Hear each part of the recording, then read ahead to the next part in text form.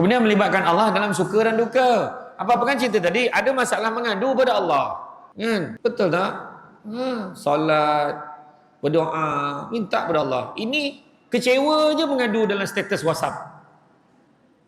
Sudahlah, engkau sentiasa mengecewakanku. La ilaha illallah, perangai. Semua nak share kat public. Kenapa? Kan aja, jangan buka aib suami. Jangan. Tu yang pasangan artis tu, yang bercerai-berai tu. Cerai elok lah. Ini bercerai dekat sampai keluar mahkamah, wartawan tanya. Apa perkembangan sekarang ya? Itulah saya dah tak tahan je, tak payah. Selagi mana belum dimuktamadkan perceraian itu, kamu masih suami isteri. Tak boleh buka aib suami. Tapi kalau tanya nak jawab apa? So, apa perkembangan kes tadi? Terima kasih kepada semua yang hadir. Saya minta semua doakan yang baik-baik untuk saya dan juga suami saya. Mudah-mudahan kami dapat kesepakatan dan muafakatan untuk menyelesaikan masalah ini secara baik.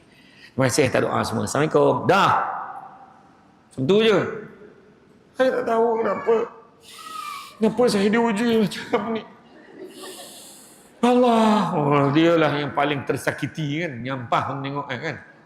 Tak payah nak tunjuk-tunjuk dengan orang, tak payah.